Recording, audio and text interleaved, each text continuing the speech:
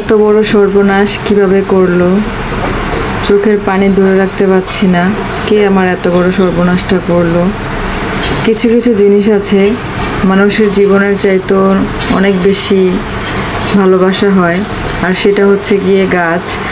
আমি হচ্ছে গিয়ে আমার নিজের চাইতেও বেশি আমার গাছগুলোকে বেশি ভালোবাসি। আর আমার সে ভালোবাসার গাছগুলো কি অবস্থা, সব ছিন্ন বিচ্ছিন্ন হয়ে গেছে।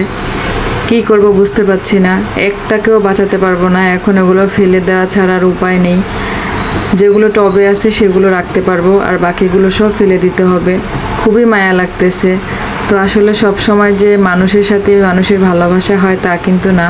আমার কিন্তু গাছের সাথে খুবই ভাব, খুবই প্রেম। আমি কিন্তু গাছ অনেক বেশি ভালোবাসি। আসসালামু আলাইকুম, hello everyone, welcome back to my another new blog. আমার প্রিয় ভিউয়ার্সরা, আপনারা সবাই কেমন আছেন? আলহামদুলিল্লাহ, আমি আল্লাহর অশেষ রহমতে ভালো আছি।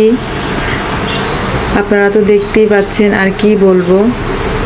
তো আজকে আপনাদেরকে আমার ভালোবাসার গাছগুলো দিয়েই শুরু করলাম ভিডিওটা। আমার প্রিয় ভিউয়ার্সরা, আপনাদের কাছে যদি আমার ভিডিওগুলো ভালো লাগে তাহলে আমার ভিডিওগুলো শেয়ার করার অনুরোধ রইল।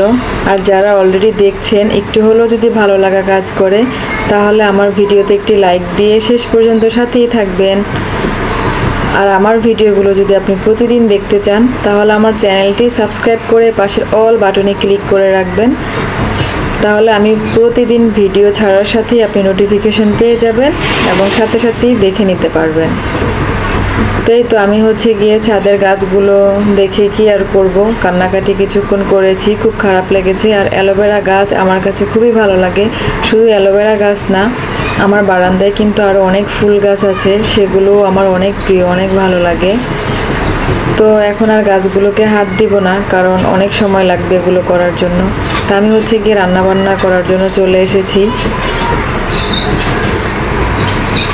রান্নাবান্নার কাজগুলো শেষ করে তারপরে হচ্ছে গিয়ে গাছের কাজগুলো করব, কারণ গাছে এখন হাত দিলে অনেক সময় লেগে যাবে।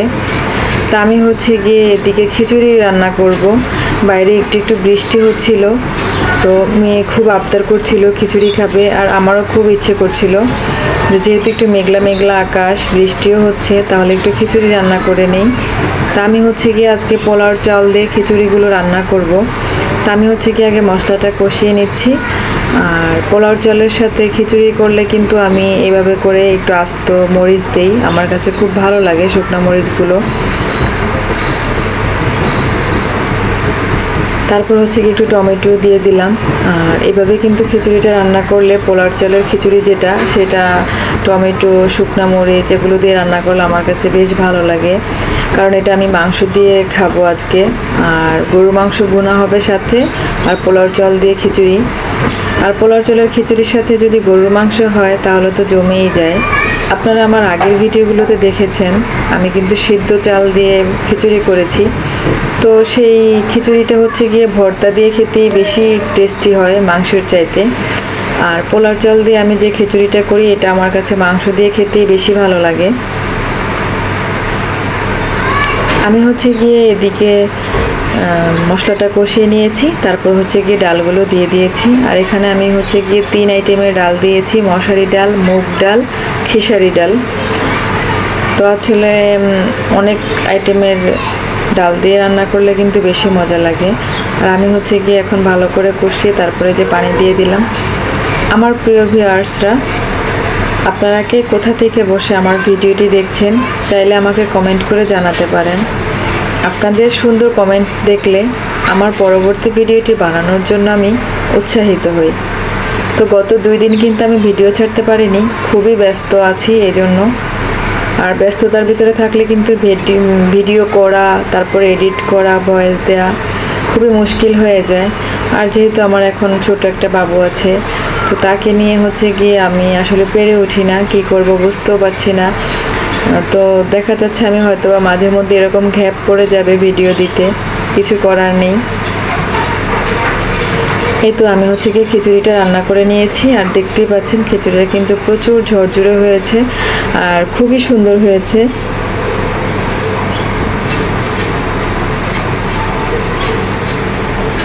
আমি হচ্ছে কি খিচুড়িটা রান্না করে ওদিকে নামিয়ে ফেলেছি, আর এদিকে হচ্ছে গরু মাংসটা ভুনা করে নিব।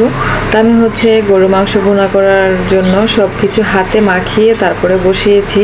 আর পাটায় মশলা বেটে হাতে মাখিয়ে রান্না করলে কিন্তু গরুর মাংসের টেস্ট একদমই আলাদা হয়, খেতে অনেক মজা হয়। তা আমরা যেহেতু মা মেয়ে আর মানুষ একদমই কম, তো সেই জন্য আমি অল্প করেই রান্না করছি। আর আজকে কিন্তু খিচুড়িটাও আমি অল্প করেই রান্না করছি, কারণ যতই বৃষ্টি পড়ুক এখনও কিন্তু প্রচুর গরম। তো গরমে দেখা যায় যে একবার খিচুড়ি খেলে তারপরে আবার খেতে ইচ্ছে করবে না, তো সেই জন্য হচ্ছে কি আমি অল্প একটু করেই রান্না করছিলাম। আমি হচ্ছে কি মশলাটা ভালো করে কষিয়ে এই তো মাংসটা দিয়ে দিয়েছি, আর মাংসটাও এখন ভালো করে কষে গিয়েছে। আমি হচ্ছে কি এখন পর্যাপ্ত পরিমাণে পানি দিয়ে তারপরে রান্নাটা সেরে ফেলবো। আমার প্রিয় ভিউয়ার্সরা, আমার ভিডিওগুলো আপনাদের কাছে কেমন লাগে অবশ্যই আমাকে কমেন্ট করে জানাবেন। আমার ভিডিওতে যদি কোথাও কোনো ভুল হয়ে থাকে তাহলে সেটাও আমাকে কমেন্ট করে জানাবেন। তা আমি হচ্ছে গিয়ে খিচুড়ি রান্নার পাশাপাশি আবার একটু চা করে নিচ্ছিলাম, কারণ আমার প্রচুর গলা ব্যথা করতেছিল। ফ্রিজের ঠান্ডা পানি খেতে খেতে অবস্থা খারাপ হয়ে গিয়েছে গরমে, তো সেই জন্য হচ্ছে গিয়ে আমি একটু মশলা চা করে নিচ্ছিলাম। আর রং চাটা কিন্তু গলা ব্যথার জন্য খুবই উপকারী। আর আমি কিন্তু গলা ব্যথা করলে সব সময় আদা, লবঙ্গ, তেজপাতা এগুলো দিয়ে রং চা করি, তাহলে অনেক বেশি মজা হয়। তো আমি কিন্তু ওইদিকে মাংস খিচুড়ি রান্না করে তারপরে আবার একটু রান্না করে নিচ্ছি। এটা হলো রাতের জন্য, কারণ মেয়ের এক্সাম চলতেছে। তো আমি হচ্ছে গিয়ে এখনই একবারে রান্না করে রাখতেছি, মেয়েকে রাতে পড়তে বসাবো। সেই জন্য দুপুরে তো আমরা সবাই খিচুড়ি খাচ্ছি, তো দেখা গিয়েছে যে গরু মাংস থাকলে রাতে সেটা হবে। আর হচ্ছে গিয়ে পাশাপাশি একটু ইলিশ মাছের মাথা দিয়ে কচুর ডগা ভাজি করে নিচ্ছি। আর এই কচুর ডগা কিন্তু ইলিশ মাছের মাথা দিয়ে ভাজি করলে অনেক বেশি টেস্টি হয়। তো আমাদের আজকের খাওয়া দাওয়া ছিল এগুলোই, রাতের দুপুরের পুরোটা মিলিয়ে আপনাদের সাথে শেয়ার করলাম। আমার ভিডিও আপনাদের কাছে কেমন লাগলো অবশ্যই কিন্তু কমেন্ট করে জানাবেন। অনেকেই আছেন আমার ভিডিওগুলো দেখেন কিন্তু কমেন্ট করেন না, তো আপনাদের কমেন্টগুলো দেখলে কিন্তু অনেক উৎসাহিত হই, আমার খুবই ভালো লাগে। আর হ্যাঁ, অবশ্যই কিন্তু কোথা থেকে ভিডিও দেখছেন জানাতে ভুলবেন না। এই কচু শাকগুলো কিন্তু গ্রাম থেকে আনা হয়েছে। তা আমি যখন গ্রামে যাই তখন দেখা যায় যে কচু শাকগুলো জাল করে তারপর হচ্ছে ফ্রিজে রেখে নিয়ে আসি, তাহলে হচ্ছে গিয়ে আনতেও কষ্ট হয় না। বাসায় আনার পর যখন প্রয়োজন হয় একটু একটু করে ভাজি করে কিন্তু খাওয়া যায়। এটা কিন্তু দারুণ একটা আইডিয়া। আর এই তো এদিকে কিন্তু দেখতেই পাচ্ছেন আমার মাংসটাও কিন্তু রান্না হয়ে গিয়েছে। আমি একটু আলুও দিয়ে দিয়েছি, কারণ আমার বাসায় হচ্ছে আমার মেয়ে আলু ফ্লেভার আছে। তো আজকে এখানে বিদায় নিচ্ছি, আল্লাহ হাফেজ।